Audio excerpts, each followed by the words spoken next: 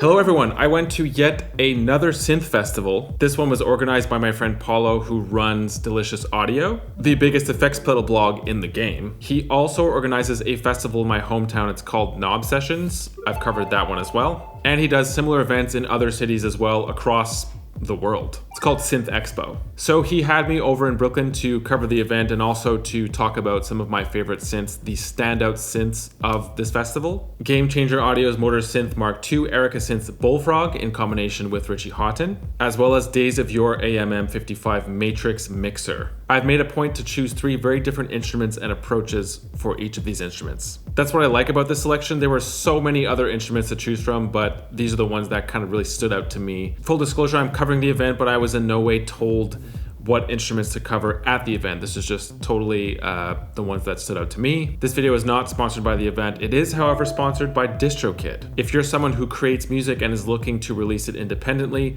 go with DistroKid. They're the best option. Stupid affordable prices and so many promotional tools that they offer as well. We're going to be getting into that later in the video as well. There's also affiliate links for all of the gear mentioned in this video, so if it nudges you in a certain direction to purchase a piece of gear, use the affiliate links. It helps me a lot. It doesn't cost you anything extra. If you'd like to jump to something specific within this video, there are timestamps linked in the description. Use those, it'll save you some time, maybe. Let's get straight into it with Game Changer Audio's Motorsynth MK2. This is their flagship synth.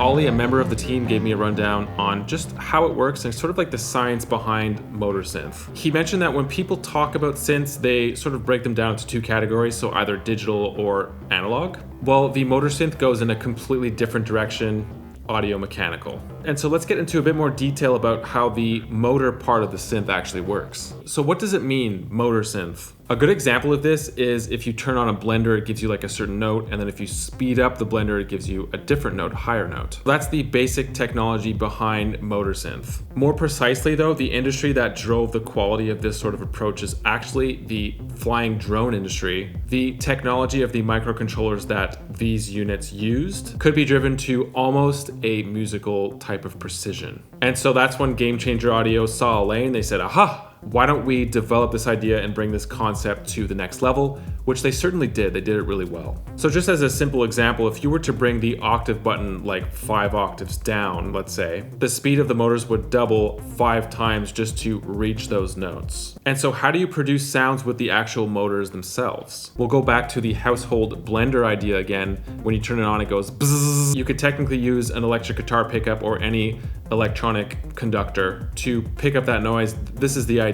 On the Motorsynth itself, there's an inductor next to each motor's rotating coil. I believe Ollie mentioned that there's 7 coils in total, which have breaks in between them. And when a break happens in between the coils, it creates a fluctuation in the signal. Ollie equated or compared this process to a guitar string that moves when you pluck it on an electric guitar. And so if you were to amplify that, you get an electric guitar sound. Audio signal is basically pulses that go on and off, and depending on the speed in which this action is happening, you get an actual wave from that audio rate. All that being said, this explanation is by no means like the entire sound of the synth. It's just one engine, or I guess I should say wave. There are square, sawtooth, and sine waves as well, which Ollie also broke down. They're approached in a unique and interesting way.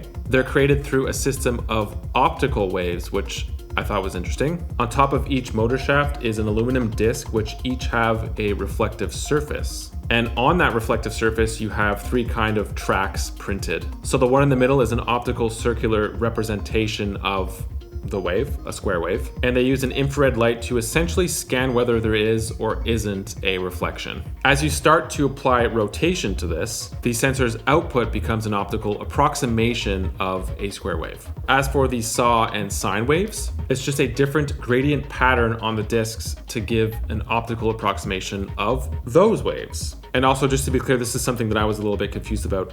The lighting on the Motorsynth, you can see that it's red. I thought that that was the infrared light, but that's actually just a stylistic choice. Infrared is not visible to the human eye. So those are the basics and science behind what makes the Motorsynth the Motorsynth. Hopefully I didn't f that up. From then, the synth uses a collection of analog building blocks to turn these source wave shapes into a fully fledged sound. Speaking of sound, let's get an idea of how this thing actually sounds. Here are some interesting pad sounds, and the encoders allow you to return specific notes, which is a nice touch, I think. And these movements can also be recorded into a sequence, motion recording. I know it's not that similar of a synth, but just the first thing that comes to mind with this sort of sound and setting is the Lyra 8. It's not quite the same, but just in terms of like creating that sort of pad wall of sound sort of thing, I find that these workflows are kind of similar. Also the way that you tune notes on the Motorsynth versus the Lyra 8. This next bass preset was kind of interesting because it was programmed to do this every time that you hit a note. So you're getting this sort of like quality every time that you hit a note on the bass. I find that in some instances, visuals are something that's lacking in the synth world these days. Like they're too simple, so having something that shows such a clear visual of what's happening is refreshing to me. Sticking to bass sounds, you could also randomize a sequence like this. And again, you can motion record parameters into your sequence, which is great. So that's a lot about the Motorsynth. This to me was like the #1 standout at Synth Expo in Brooklyn. Let's move on to the next one. Erica Synths Bullfrog. This is in collaboration with Richie Houghton. Coming from the Motorsynth explanation, this is like a big contrast and a completely different concept in terms of like just where they're going with it. I will say that this is by no means nearly as complex as the Motorsynth Mark II or so many other synths that I've covered on this channel, but their concept is coming from the standpoint of education, so like educating the youth or teenagers about synthesis. And they're hitting up academia, which I think is cool. The entire interface is designed to explain how music technology works as clear as possible. Parameters of sound, why sound is present, and just how you could alter them to come up with electronic music at a basic level. Blue knobs alter pitch, green knobs alter timbre, and red knobs alter amplitude. It's fully modular, which means that obviously to create sound, it's a step-by-step basis. You're starting from nothing. The idea is to learn everything from a foundational level. So just for example, mixer straight into amplifier, increase volume, and we've got a sound. Alter the pitch with the blue knob.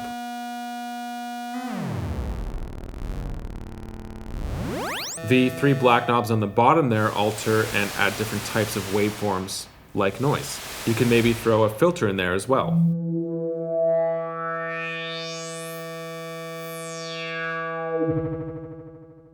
For me, the first comparison that came to mind was definitely the Teenage Engineering Modular 400, which is also a very basic level, entry-level modular synth. I'm getting the same sort of simplicity from the Bullfrog, but just with a much clearer approach. Also, the build quality is clearly much stronger. Let's be real. So to move forward with this, the next step would be to automate the parameters that are already here. You could get some sort of policy stuff like this going. To be even more clear, it comes with a very descriptive and visually pleasing manual to help explain how synthesis works. And it gives a detailed but simplified approach on how to use Bullfrog. Even for a beginner, there's not so much that you could do with this. If you wanted to take it to the next level, you could purchase these cartridges. And almost like a video game, you just click the cartridge in there and you have a bunch of new set of parameters to work with. Like this one is a sequencer. There's also this Plastic Man Acid Bassline cartridge.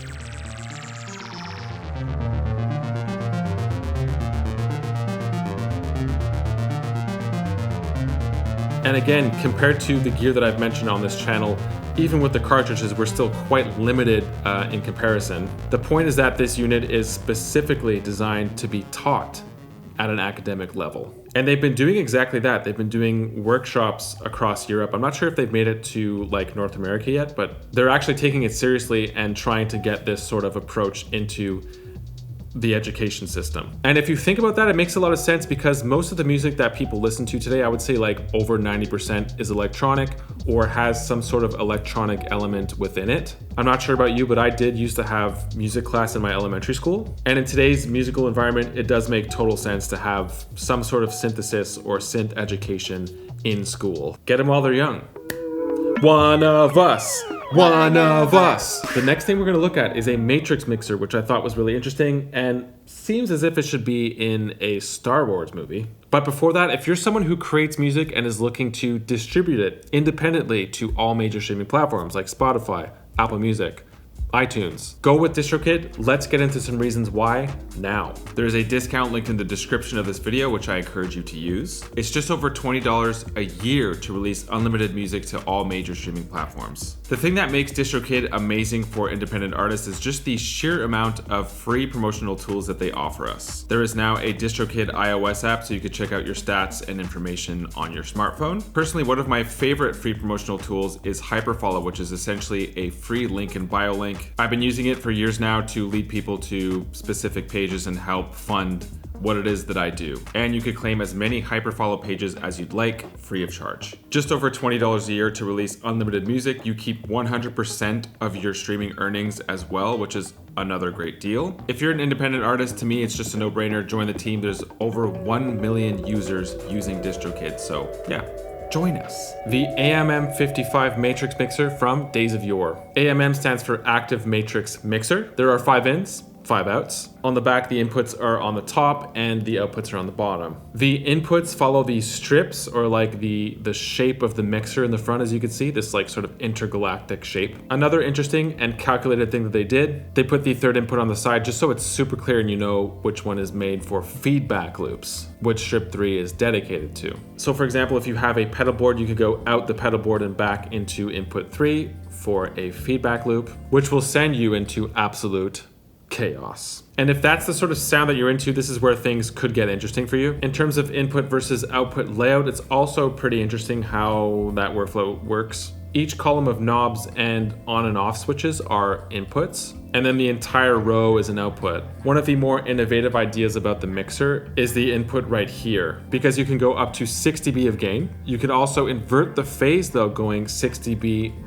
in the opposite direction. So this allows you to modulate against other things, invert the phase, cancel out the center. And so just as an example, if you like experimenting with sound, like let's say in a live acoustic room, let's say you had several amps set up in different corners or different areas in the room, you can have a completely separate mix from one amp to the next. They could be modulating against each other. You could invert some of them. Remember, you also have that feedback input, which you could go back into. So that's a whole other creative sonic thing. And one of the most abstract parts of this approach is that every time that you use this sort of setup, or you use, several different sound sources, it's going to sound different every single time. You'll never land on the exact same thing. In terms of the vertical design, why did they do that? It's essentially to save space. If you're buying a matrix mixer, chances are you already have another mixer that you like to use, understandably. And so Days of Yore isn't expecting to replace your favorite mixer. It's basically just like another mixer that you could use for this other thing. And that's exactly what the AMM55 is. It's got its lane. It's more of an add-on in your collection. It's not going to be your main mixer, because it is quite specific. I wanted to keep this pretty short and concise. These are my 3 standouts. Hopefully I'm pointing you in a direction that you're interested in. If you're interested in any of the gear mentioned in this video, there's affiliate links in the description. Please use those. I make a small commission. It doesn't cost you anything extra. Thanks to Paulo and Delicious Audio for having me at this event. That's all I got. See you soon. Bye.